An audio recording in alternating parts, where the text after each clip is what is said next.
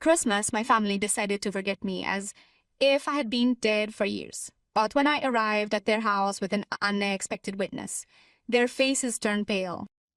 A young woman discovers that she was deliberately excluded from the family Christmas when she sees the photos on Instagram. What seemed like a simple oversight turns out to be a cruel plan orchestrated by her sister, but when she decides to show up anyway, she brings someone with her who will change everything forever. Subscribe to our channel to not miss true stories of revenge, justice, and personal rebirth. The Instagram notification arrived while I was on the train to Bologna, returning from my shift at the hospital. My 12-hour shift as a nurse in Milan's emergency room had left me utterly exhausted. However, when I opened my phone and saw that photograph, every indication of tiredness simply melted away. My name is Elena Marchetti. I am 27 years old, and that photo showed my whole family gathered in front of the Christmas tree in my parents' house in Modena. My mother with her Christmas apron, my father with the red sweater he wore every year, my sister Benedetta with her husband Marco, and their two children, all smiling, all together, everyone except me. Benedetta's caption read, quote, "Christmas with the family. When you're surrounded by the right people, every moment is magical." The right people. As if I didn't exist. I checked the date. December 24th, Christmas Eve. It was exactly where I should have been too. Every year, since I was a child, our family would gather on Christmas Eve for the traditional dinner. Grandma's tortellini and broth, cotechino with lentils, pandoro and panettone. It was sacred. But this year, no one had called me. No text, no phone call, no invitation. They had simply deleted me. With shaking hands, I called my mother. She answered on the fourth ring, her voice cheerful and slightly tipsy from the Prosecco. "Hello? Mom, it's me. I just got off shift. What time should I be here tomorrow for Christmas lunch?" Silence. A silence so long I thought the line had gone dead. "Mom? Elena." Her voice had changed, now cold and distant. "I didn't know you wanted to come." "How could I not? Did you know? I come every year. It's Christmas." "Yeah, well, this year is different. Benedetta has organized everything and there's only room for the real family." Her words stabbed me like a scalpel. "Real family? I'm not real family." "Don't take it like that, Elena. It's just that, well, Benedetta says you always bring negative energy, and with small children, she wants to keep the atmosphere positive." "Negative energy?" I almost shouted, making some passengers on the train turn around. "Mom, I work 60 hours a week saving lives." "What negative energy?" "There, you see? You get angry right away. That's exactly what Benedetta means. This year, we've decided to have a quieter Christmas." "You've decided," I repeated in a broken voice, "without even telling me. We thought it was obvious. After all, you didn't even call to confirm." "Because I come every year. I didn't have to confirm." My mother sighed, that exasperated sigh that I knew all too well. "Elena, maybe it's better this way. Take a Christmas for yourself. Get some rest. I'll see you when things calm down." I hung up. I lingered there, with the telephone still pressed firmly against my ear, while the train journeyed through the dark Emilian countryside. Christmas lights twinkled from the windows of the houses we passed. Families gathered for the most important holiday of the year, and I had been erased from mine. Like if you've ever felt like you didn't really belong in your family. That night, alone in my studio apartment in Milan, I did what every wounded person in the digital age would do. I started digging. I opened Instagram, Facebook, even WhatsApp, trying to figure out when exactly I had been cut off. And I found it. A WhatsApp group called Christmas 2024, created 3 weeks earlier. Everyone was there. Mom, Dad, Benedetta, Marco, even Aunt Carla and Uncle Giuseppe. Everyone except me. I scrolled through the messages, each one a deeper and deeper stab. Benedetta. "Okay, family, this year we're having a drama-free Christmas. Do you know who I mean?" Mom. "Do you really think that's necessary?" Benedetta. "Mom, last year she ruined everything by criticizing how I had cooked the agnolotti." And then that story about the imaginary boyfriend who was supposed to introduce us and never showed up. Marco, more blessed. My wife is right. Elena always brings tension. Dad, if Benedetta says it's better this way, I trust her. Imaginary boyfriend. That sentence made my blood boil. 2 years ago, I had mentioned someone I was seeing. Nothing serious. And when things didn't go well, Benedetta had turned it into a big scandal, telling everyone that I had invented a boyfriend to seem less pathetic. As for the agnolotti, I had simply defended them when Benedetta had used fresh store-bought pasta instead of the homemade one made by her grandmother as per tradition, but in my sister's version. I had attacked her and humiliated her in front of everyone. I kept reading messages about where to buy panettone, who would bring what, how to decorate the table, et meticulous planning of a perfect Christmas without me. Benedetta's last message from the day before said, anyway, if Elena calls, pretend that everything is normal. No guilt. She had done enough damage in her life. Damage? What damage? Working as a nurse? Living alone? Not having a husband and children at 27 like she wanted? I didn't sleep that night. I stared at the ceiling, listening to my neighbors celebrating, the laughter and music seeping through the thin walls. And I made a decision. I wasn't going to let them win. On Christmas morning, I woke up at 6 a.m., took a shower, got dressed in my only elegant outfit, a navy blue dress that I rarely wore, and applied my makeup carefully. I wanted to look flawless, radiant, the exact opposite of the negative energy they thought I brought with me. Then I made a phone call. Dr. Calvetti, this is Elena Marchetti from the emergency room. Excuse me for the late hour. Yes, Merry Christmas to you too. Listen, I need a big favor. Dr. Calvetti was the head of my department. A man in his 60s with gray hair and kind eyes who had always supported me. I explained the situation to him. Not all the others were happy. Details, but enough. Do they want to exclude you from Christmas? His voice was incredulous. After all, you do. Yes. And I want to introduce myself anyway. But not alone. Tell me what you need. At 11 o'clock, I was in front of my parents' villa in Sassuolo, just outside Modena. The house where I had grown up looked like a Christmas card, colored lights on the balconies, a garland on the door, fake snow, spray paint on the windows. Dr. Calvetti was next to me, distinguished in his gray suit, holding a bottle of fine Lambrusco. Are you sure? He asked me in a low voice. Absolutely sure. I rang the bell. Heavy footsteps. Then the door opened. My father?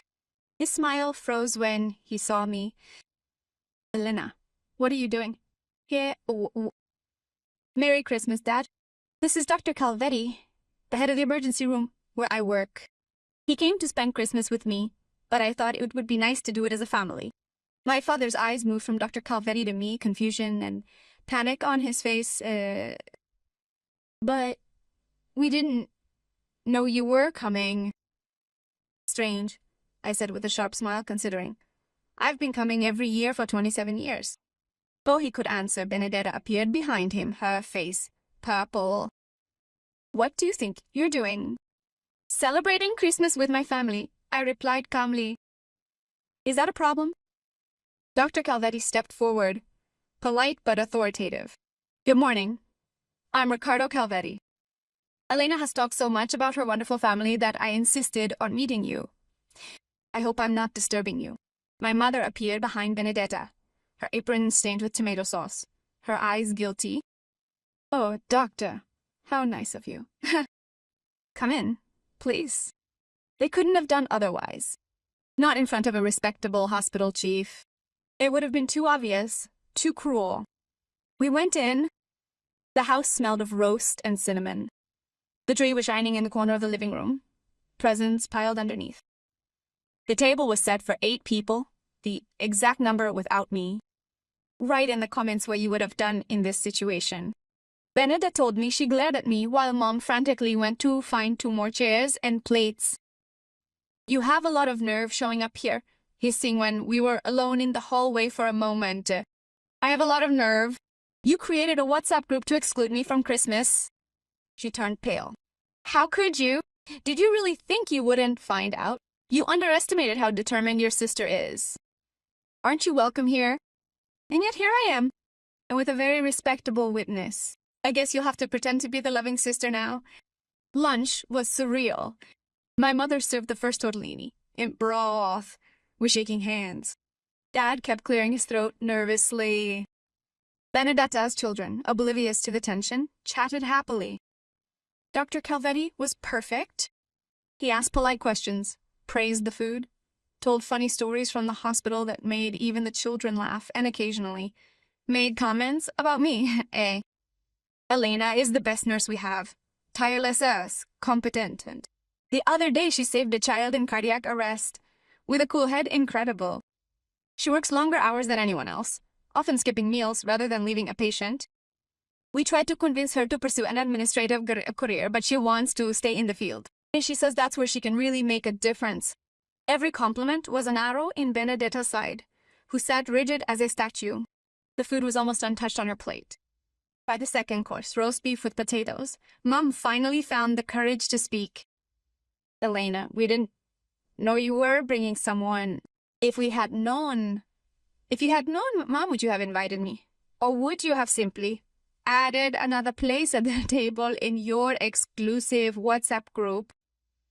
Total silence. Even the children stopped chatting.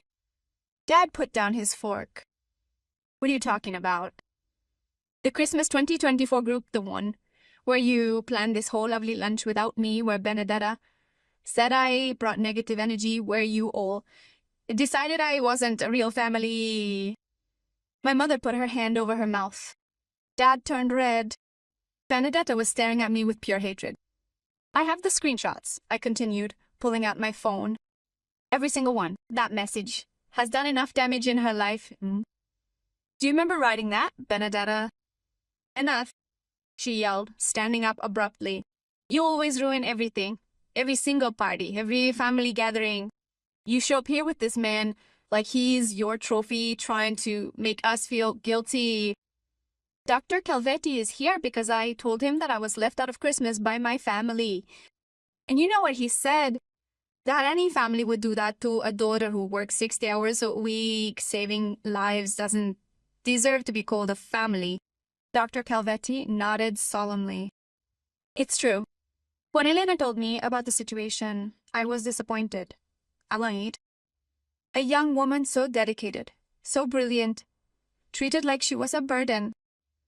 She doesn't understand, Benedetta hissed. Elena has always been difficult. And she criticizes everything I do. She's always complaining. I complained once about the store-bought agnolotti instead of homemade ones. I interrupted her once. In 25 Christmases, and you turned it into an epic drama. And the boyfriend imaginary. I was seeing someone. It didn't work out. It happens. But you told everyone I was making up stories to seem less pathetic. Mom burst into silent tears. Dad looked at his plate as if it held the answers of the universe. The truth, I said, my voice firmer than I felt, is that I bother you because I didn't bend to your plan. I didn't get married at 22 like I was blessed to be. I didn't have children right away. I chose a career I love, an independent life in Milan. And that's unacceptable to you. It's not true, Mom whispered. We love you. Loving me would have meant including me, calling me, asking me how I was. Instead, you deleted me. And if it hadn't been for Instagram, I wouldn't have even known you were celebrating without me. Dr. Calvetti stood up, politely placing his napkin on the table. I think it's time to go. Mrs. Marchetti, thank you for lunch. It was enlightening. We both stood up. No one said anything to us. Stop. At the door, I turned around one last time. I don't need your approval. I don't need you to accept me. I've built a life I'm proud of, and I have people who respect me for who I am. But you have lost something irreplaceable, a daughter who loved you deeply. And no amount of festive celebration can ever replace her. I walked out that cold December afternoon, Dr. Calvetti by my side. You were brave, he said as we walked to the car. I just feel tired. It's normal. But you did the right thing. That night, alone in my apartment, I got a text, not from my mom or dad, from Aunt Carla. Elena, I didn't agree with what they did. I'm sorry I didn't speak up.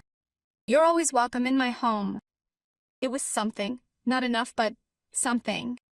The following months were strange. I didn't receive a direct call from any family members, but I did notice some very subtle changes taking place. Mom started following my Instagram. Dad liked a photo of my shift at the hospital. Small signs that maybe, just maybe, they understood. Benedetta, on the other hand, told me it blocked everything. In March, I received a handwritten letter in the mail from Mom. Dear Elena, I don't know how to start. I've spent months thinking about what you said that Christmas day. You were right. We treated you unfairly and I let myself be influenced by your sister instead of standing up for you. I'm a terrible mother. I don't ask for your forgiveness because I don't deserve it. I just ask that you know that I'm proud of you, of everything you've built, of who you've become, and that I'm sorry. Sorry ka Rika ko more than words can say. With love, Mom. I cried reading that letter, not because it changed anything, but because it was a beginning. Today, a year later, things are different. I see Mom and Dad sometimes. We have quiet lunches, just the three of us. Benedetta and I don't talk to each other, and that's okay. Some relationships aren't made to be repaired, but most importantly, I've learned that family isn't just blood, it's respect, support, and presence. Drapo. Dr. Calvetti has become a dear friend. My colleagues are my real family now, and the love they give me is what I love. I give myself is worth more than any approval I could seek from those who have forgotten me.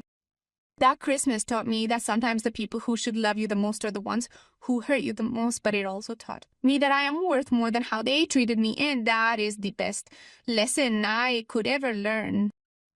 If this story touched you, please subscribe to the channel and share your experience in the comments. Sometimes the family we choose is stronger than the one we are born into. The end.